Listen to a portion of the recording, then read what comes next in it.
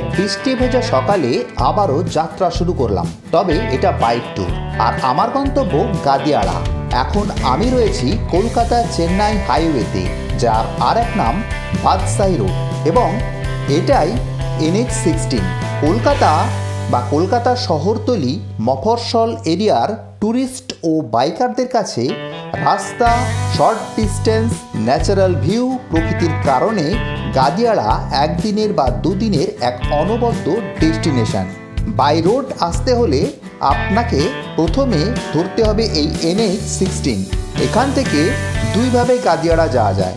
NH-16-এর জেলেপাড়া সেতু জাস্ট পার হয়ে বাম দিকে টার্ন নিয়ে গড়চুমুকের 58 গেটের ওপর দিয়ে পৌঁছে যেতে পারেন গাদিয়াড়া। আরেকটি রুট হলো বাকনান হয়ে গাদিয়াড়া। কথা বলতে বলতে পৌঁছে গেলাম বাকনান মোড়। এখান থেকে বাম দিকে মোড় নিয়ে চলতে হবে। আর আজকে সেকেন্ড রুটটা ফলো করে আমি পৌঁছাবো গাদিয়াড়া রিভার সাইড। দেখুন, রাস্তার ওপর গাদিয়াড়া যাওয়ার ডাইরেকশন দেওয়া রয়েছে। এখান থেকে প্রায় সমস্ত রাস্তাটাই থাকছে এই ভিডিওতে। এই রাস্তার নাম বাকনান শ্যামপুর রোড, 15 নম্বর। গাদিয়াড়া যাওয়ার জন্য এই রোড বিশেষভাবে তাৎপর্যপূর্ণ। বাকনান ওভারব্রিজ ক্রস করার পর আরও একটি ডিরেকশন বোর্ড দেখতে পাবেন রোডের ওপর, যা নির্দেশ করছে গাদিয়াড়া যেতে হলে এই রোড বরাবর সোজা যাওয়া প্রয়োজন। চলুন এইবার এই রুট ধরে কিছুক্ষণ রাইডিংটা এনজয় করতে থাকুন।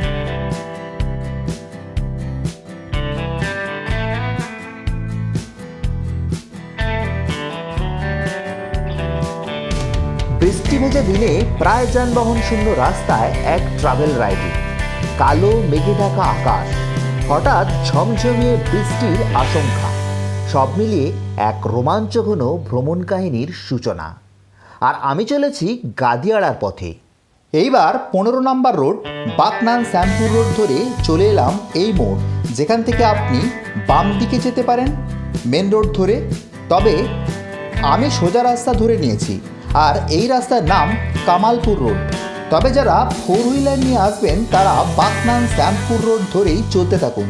তারপর গাদিয়াড়া মোড় থেকে ডান দিকে মোড় নিয়ে উড়িষ্যা ট্রাক রোড ধরে সোজা পৌঁছে যান গাদিয়াড়া রিভার সাইডে। আর এখন আমি সবুজে ঢাকা গ্রামীণ রাস্তা দিয়ে চলতে চলতে আপনাদের দেখাই এই নূতন রুট। তার সঙ্গে আপনারাও এনজয় করুন এই গ্রামাঞ্চলের সবুজ প্রকৃতিকে।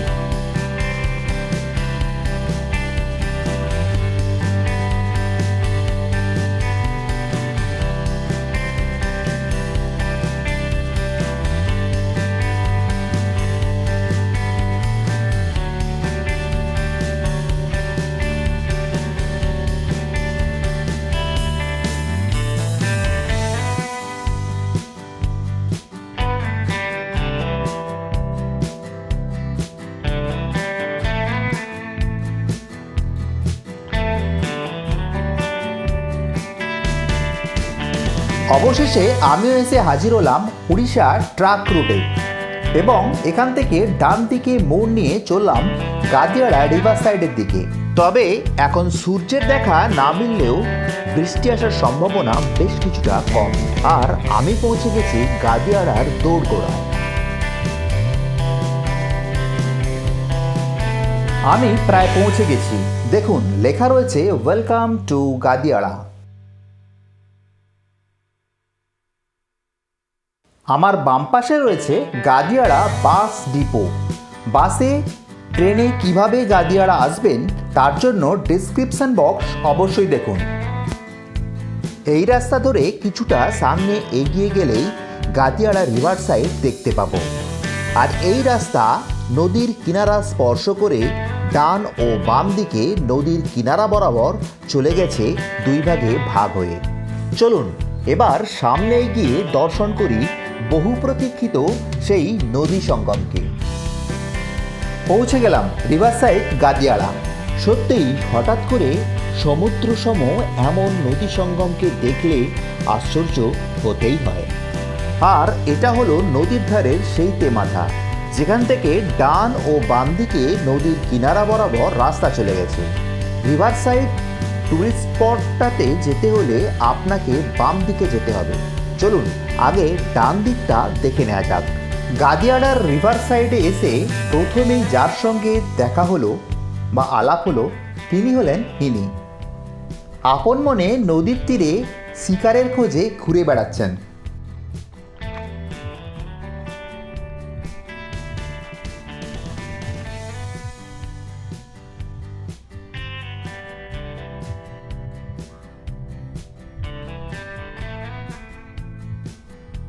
সাড়ে 11টায় বাড়ি থেকে বেরিয়ে প্রায় 87 কিলোমিটার গাড়ি রাইড করে আমি এখন পৌঁছালাম গাদিয়াড়া।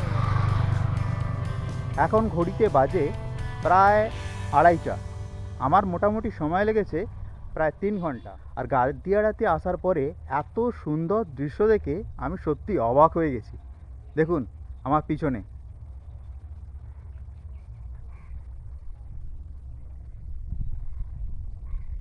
বলা হয় এখানে 3টি নদীর সংযোগস্থল। একটা হচ্ছে হুগলি, রূপনারায়ণ এবং দামোদর নদ। তবে দামোদর নদ হুগলি নদীতে মিশেছে এর কিছুটা আগে। তার জায়গাটার নাম হচ্ছে গড়চুমুক। সেটা নিয়ে একটি ভিডিও আমার রয়েছে, তার লিঙ্ক আমি ডেসক্রিপশন বক্সে দিয়ে দিলাম। যদি সেটা দেখা না হয়ে থাকে সেটা অবশ্যই আপনারা দেখে নেবেন। দেখুন অদ্ভুত সুন্দর দৃশ্য, একদম সমুদ্রের মতো। আমি দাঁড়িয়ে রয়েছি কিন্তু হাওড়া ডিস্ট্রিক্টে, আর ওই পারটা হচ্ছে গেঁওখালি। এখানেই 3টে নদীর সংযোগস্থল। তবে এখানে 2টো নদীর সংযোগস্থল প্রকৃতপক্ষে, আর একটি নদীর সংযোগস্থল তো আগেই বললাম যেটা দামোদর নদী, সেটা হচ্ছে গড়চুমুকের ওখানে গঙ্গায় অর্থাৎ হুগলি নদীতে মিশেছে।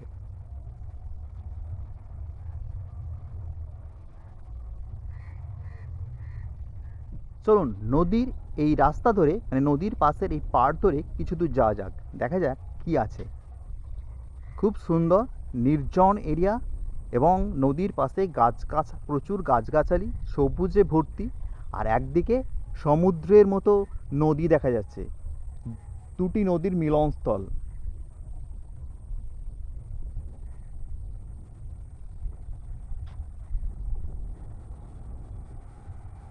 এই জায়গাটা থেকে দৃশ্যটা একটু দেখুন।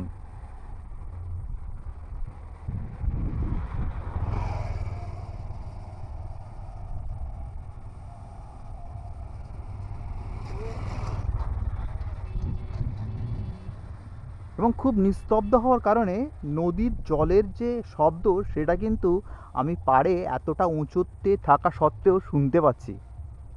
হয়তো সেটা ক্যামেরাতে আসবে না। নীল আকাশের নিচে বিস্তীর্ণ নদী সঙ্গম, বিস্তৃত জলরাশি ও নীল আকাশের সংযোগস্থলে সবুজ দিকচক্রবাল রেখা, সনসন বাতাসের শব্দ, মেঘের আলো ছায়ার খেলা আর সুবিস্তীর্ণ নদীবক্ষের মায়াবী স্রোতের শব্দ, সব মিলেমিশে ভ্রমণের এক অপূর্ব আস্বাদন। অদ্ভুত এক নির্জন প্রকৃতি গাদিয়াড়ার এক বিশেষ বৈশিষ্ট্য। নদীর কিনারে নির্বাক হয়ে দাঁড়িয়ে আপনি শুধুই শ্রোতা, নদীর অস্ফুট শব্দের অনুরণনের একমাত্র সাক্ষী। নদীর পাড় দেখুন, পাশ দিয়ে কংক্রিটের রাস্তা, এবং সেই কংক্রিটের রাস্তার পাশে পাড় কিন্তু কংক্রিট দিয়েই বাঁধানো, ইট দিয়ে বাঁধানো রয়েছে।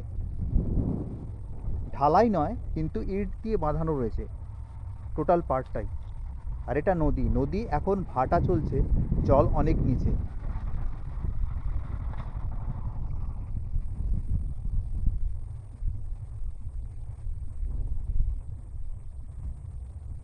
এই রাস্তার পাশ দিয়ে, মানে নদীর পাশ দিয়ে এই রাস্তা দিয়ে হাঁটতে কিন্তু ভীষণ সুন্দর লাগছে, খুব ভালো লাগছে। আর এত সুন্দর বাতাস দিচ্ছে, মানে যেটা ভিডিওর মধ্যে দেখানো যাবে না, যেটা ফিল করা যাবে।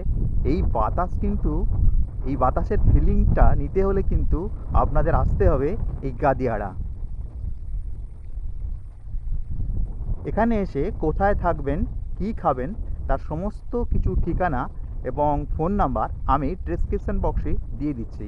আপনারা অবশ্যই কিন্তু এই ডেসক্রিপশন বক্স অবশ্যই দেখুন।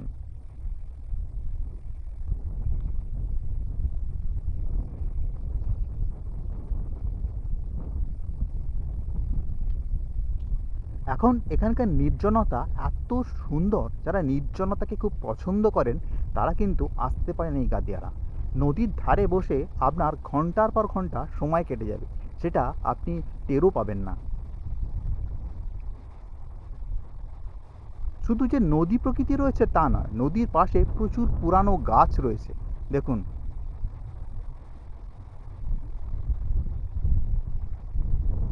সবুজ ছায়ার মধ্যে ঘুরে বেড়াতে বেড়াতে নদীর বাতাসকে উপভোগ করতে খুব ভালো লাগবে।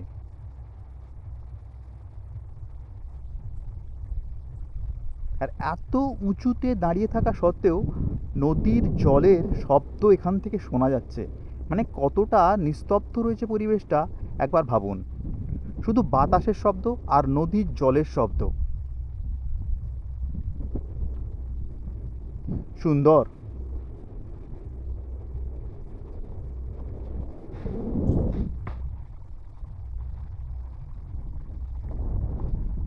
এক প্রাকৃতিক নিস্তব্ধতার মধ্যে নিজেকে খুঁজে পেতে অবশ্যই আসুন এই গাদিয়াড়া, এই 3 নদীর মিলনস্থল।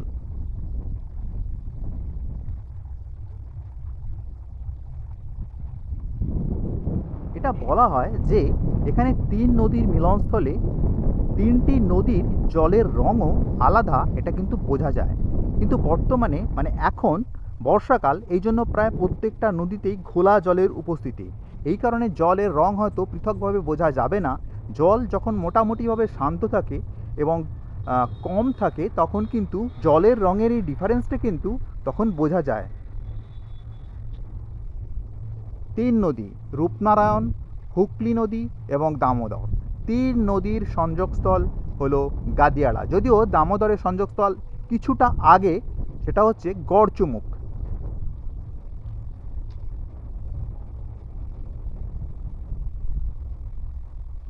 দেখুন, এখানটায় নদীর ভাঙন রোধ করার জন্য এখানে পাথর দিয়ে বাঁধানো রয়েছে।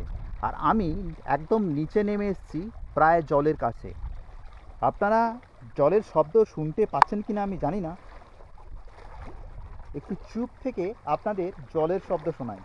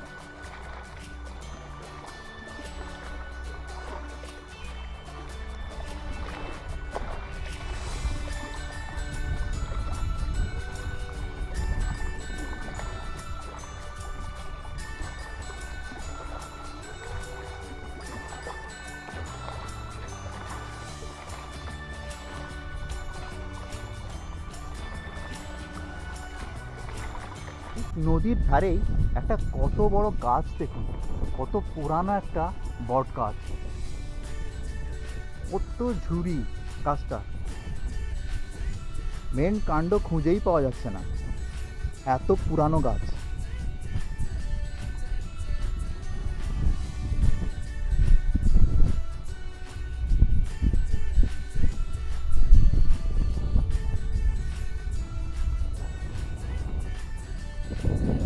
আর এই পাশে রয়েছে বিশাল নদী প্রকৃতি।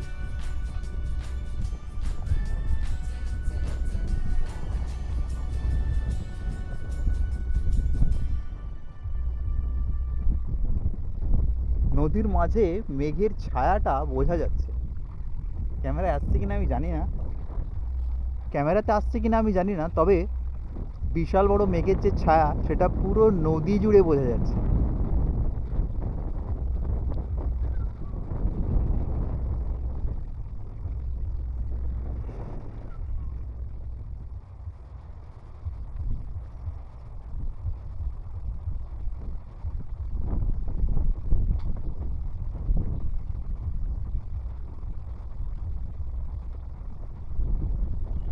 এখান দিয়ে নাবার একটা জায়গা রয়েছে, চলুন একটু নেবে দেখা যাক। স্টেপ রয়েছে, কোথাও স্টেপ দেখলাম না।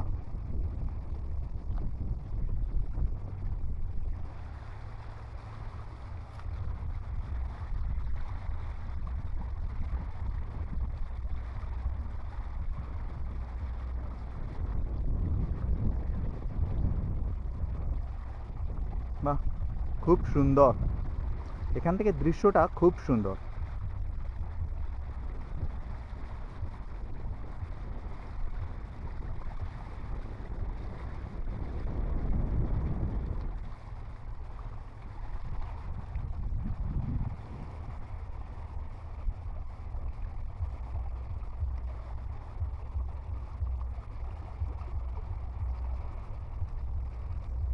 এই স্টেপ কিন্তু আরও নিচে নেমে গেছে, এই যে একদম জলের কাছে। চলুন একটু যাই।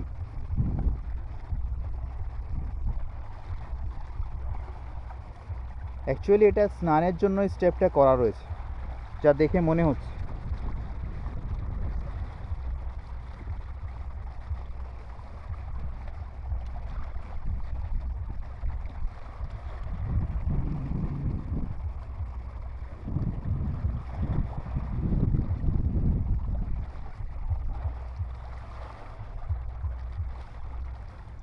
এখান থেকেই নদীর ধার ধরে ডান ও বাম দিকে চলে গেছে রাস্তা। আপনাদের এতক্ষণ ডান দিকের অংশগুলো বা রাস্তার পাশের বিভিন্ন দৃশ্যই দেখালাম। আর এই তেমাথার একেবারে নদীর ধারে বেলগাছের নিচে শিবজির অবস্থান। বেশ সুন্দর এই শিবজির স্থানটা। আর বেলগাছটা সবুজ পাতায় সম্পূর্ণ আবৃত, আর তার সঙ্গে রয়েছে গাছ ভর্তি কচি বেল। সব মিলিয়ে বেশ সুন্দর এক উপরি পাওনা। শিবজিকে আমার অন্তরের প্রণাম জানিয়ে আমি চললাম বাম দিকের পথে। ওই দেখুন, নদীর কিনারা ঘেঁষে দাঁড়িয়ে রয়েছে এক ঝাঁক মাছ ধরার নৌকা। এইরকম দৃশ্য দেখতে বেশ লাগে। এমন দৃশ্য দেখে ক্লিক ক্লিক শব্দ করে বেশ কতগুলো ছবি তুলতে না পারলে মনের যেন শান্তিই হয় না।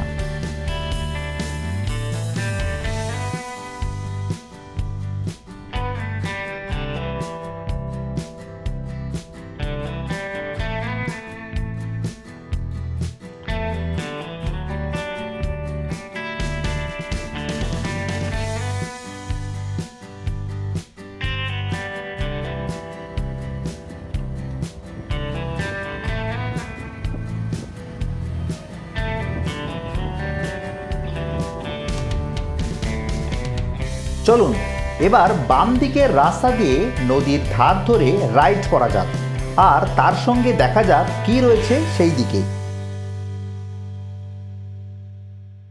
এখন আমার ডান দিকে রয়েছে নদী, যা ছোট ছোট ঘর গাছপালা দিয়ে ঢাকা। এই দিকেই রয়েছে গাদিয়াড়া ফেরিঘাট, বিভিন্ন হোটেল ও গাদিয়াড়ার মেন ট্যুরিস্ট স্পট। আর এখন নদীর ধার ধরে রাইডিংটা আপনারা নিজের মতো করে এনজয় করতে থাকুন।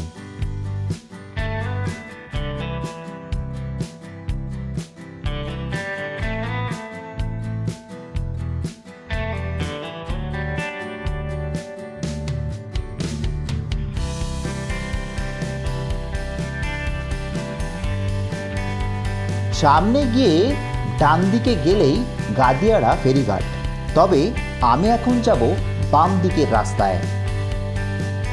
দেখুন, এইবার ডান দিকে দেখা যাচ্ছে নদী। চলতে চলতে দেখতে পাবেন দাঁড়িয়ে রয়েছে কিছু মালবাহী জাহাজ। গাদিয়াড়া ট্যুরিস্ট স্পট বলতে সাধারণত এই অঞ্চলটাকেই বোঝায়। একদিকে নদী আর অন্য পাশে একাধিক হোটেল রয়েছে। বিভিন্ন হোটেল সম্বন্ধে জানতে ডেসক্রিপশন বক্স অবশ্যই দেখতে হবে। নদীর পাশে বসার জায়গা ও গাছের ছায়ার অভাব নেই।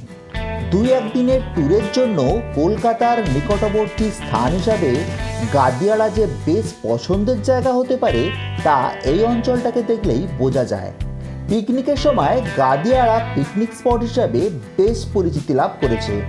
তাই হাওড়া জেলার এই ছোট্ট গ্রাম গাদিয়াড়া পূজার সময় আপনার কাছে হয়ে উঠতে পারে অপরিকল্পিত চড়ুইভাতির গন্তব্য। দামোদর, রূপনারায়ণ, হুগলি 3 নদীর সঙ্গমের একদিকে হলদিয়া, একদিকে নূরপুর ও অন্যদিকে গাদিয়াড়া। সন্ধ্যায় এই 3 জনপদের চিকচিকে আলো নদীবক্ষে প্রতিফলিত হয়ে এক অদ্ভুত মায়াবী পরিবেশের সৃষ্টি করে। 3 নদী সঙ্গমের মনোরম পরিবেশে রূপলি ইলিশের স্বাদে ও গন্ধে গাদিয়াড়া এক জনপ্রিয় পর্যটন কেন্দ্র। আর যদি আপনি ফটোগ্রাফার হয়ে থাকেন তাহলে এটি আপনার জন্য নির্জন প্রাকৃতিক দৃশ্যের এক সম্ভার। নদীবক্ষে গাদিয়াড়ার সূর্যাস্ত সে কথা বারবার মনে করিয়ে দেয়। ওই দেখুন, একটি কার্গো শিপকে দেখা যাচ্ছে। ছোট ছোট নৌকা নিয়ে নদীবক্ষে মাছের সন্ধানে ঘুরে বেড়াতে দেখবেন বেশ কিছু মাঝি ভাইকে। নদীর ধারে রাইডিং এই পর্যন্তই, এবার ইউটার্ন নেবার পালা। এখন ভাটা চলছে, তাই নদীর জল বেশ খানিকটা নেমে গেছে। এখান থেকে দেখতে পাচ্ছেন একটি শিপ দাঁড়িয়ে রয়েছে নদীর কিনারা ঘেঁষে। হয়তো রিপেয়ারিংয়ের জন্যই এই বন্দোবস্ত। তবে মাছ ধরার নৌকা, দাঁড়িয়ে থাকা জাহাজ, নদীর প্রকৃতি সব মিলিয়ে বেশ এক ভ্রমণ উন্মাদনার অনুভূতি। প্রাকৃতিক দৃশ্য, জাহাজের আনাগোনা ও জেলে ভাইদের মাছ ধরা ছাড়াও এখানে দেখতে পাবেন একখানি টাওয়ার ও ফোর্ট মর্নিংটন পয়েন্ট। আর যদি দেশি নৌকায় নদীবক্ষে বিচরণের ব্যবস্থা করেন তাহলে তো কথাই নেই। এর সঙ্গে রয়েছে সদ্য জেগে ওঠা ছোট্ট নদীর দ্বীপ, যার নাম কুন্তলপাল মেমোরিয়াল আইল্যান্ড। এবার আসা যাক গঙ্গার বুকে উঁকি দেয়া সেই ইতিহাস সাক্ষী ফোর্ট মর্নিংটন ও লাইট হাউসের কথায়। লর্ড ক্লাইভ নির্মিত এই দুর্গ আজ কালের প্রকোপে নদীবক্ষে চলে গেছে। তবে ভাটার সময় যার ধ্বংসাবশেষ কিনারের কিছু দূরে দেখা যায়। একে মর্নিং কোট পয়েন্টও বলা হয়, যা এখন আপনারা দেখতে পাচ্ছেন। মূলত শত্রুর রণতরীর দিকে নজর রাখতেই হুগলি ও রূপনারায়ণের সঙ্গমস্থলে এটি তৈরি হয়েছিল। লাইট হাউস থেকে সার্চ লাইট ফেলেও চলত নজরদারি। তবে 1942 সালে ভয়াবহ প্রাকৃতিক দুর্যোগে দুর্গটি ক্ষতিগ্রস্ত হয়। পরে নদীর ভাঙনের ফলে আজকের অবস্থায় এসেছে। ওই দেখুন, মাছ নদীতে একখানি ভটভটি নৌকা মাছ ধরে বেড়াচ্ছে। চলুন এবার কিছুক্ষণ সময় নদী প্রকৃতির দৃশ্যপটকে উপভোগ করা যাক।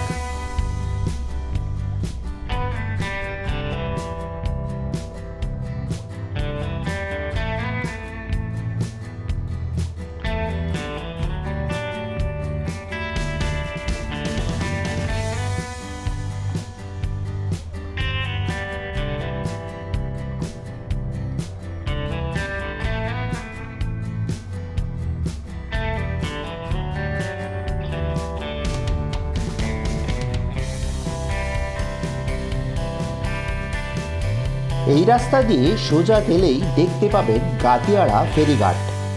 যারা গাদিয়াড়া থেকে গেঁওখালি যেতে চান তাদেরকে অবশ্যই এই ফেরিঘাট থেকে লঞ্চ ধরে নিতে হবে। ভ্রমণের সময় যদি 2 দিন হয়ে থাকে তাহলে গাদিয়াড়া ট্যুরের সঙ্গে গেঁওখালি অবশ্যই রাখুন। আর বিশদে জানতে ডেসক্রিপশন বক্স অবশ্যই দেখুন। চলুন এবার আপনাদের দেখাই ফেরিঘাটটা। এটাই গাদিয়াড়া ফেরিঘাট। এখানে 2টি জেটি রয়েছে। সামনে এগিয়ে গেলেই দেখতে পাবেন আরেকটি জেটি ঘাট রয়েছে। ফেরি সার্ভিসের সময় অনুসারে এই জেটি ঘাটগুলো খোলা থাকে। ফেরি সার্ভিস জানতে হলে ডেসক্রিপশন বক্স অবশ্যই দেখুন। অতিরিক্ত সংযোজন হিসাবে বলি, এখানে জোয়ারের সময় নদীবক্ষে লঞ্চ ভ্রমণ বেশ রোমাঞ্চকর। গাদিয়াড়া ভ্রমণে এসে একটা ইনফরমেশন আপনাদের দিয়ে রাখি। গাদিয়াড়ার এই মোহনার উপর দিয়ে সূর্যাস্ত অত্যন্ত সুন্দর, একটি সুন্দর সূর্যাস্তের উদাহরণ। কিন্তু আজকে আকাশে প্রচণ্ড মেঘ এবং মাঝে মাঝে বৃষ্টি হচ্ছে, এই কারণে কিন্তু সূর্যাস্ত সেভাবে তোলা যাবে না। সেই জন্য সূর্যাস্তের জন্য ওয়েট না করে আজকে ভিডিওটা আমি এখানেই শেষ করছি। আর আমার পিছন দিয়ে চলেছে একটি লঞ্চ, দেখুন। এটা গাদিয়াড়া লঞ্চ ঘাট থেকে ছেড়েছে এবং এটা যাচ্ছে গেঁওখালি। এই লঞ্চ এইমাত্র ছেড়ে চলে যাচ্ছে গেঁওখালির উদ্দেশ্যে। আগেই তো আপনাদের জানিয়েছি জায়গাটা কিন্তু ভীষণ নিরালা এবং ট্যুরিস্ট কমই থাকে, এখানে অনেক কম ট্যুরিস্ট রয়েছে।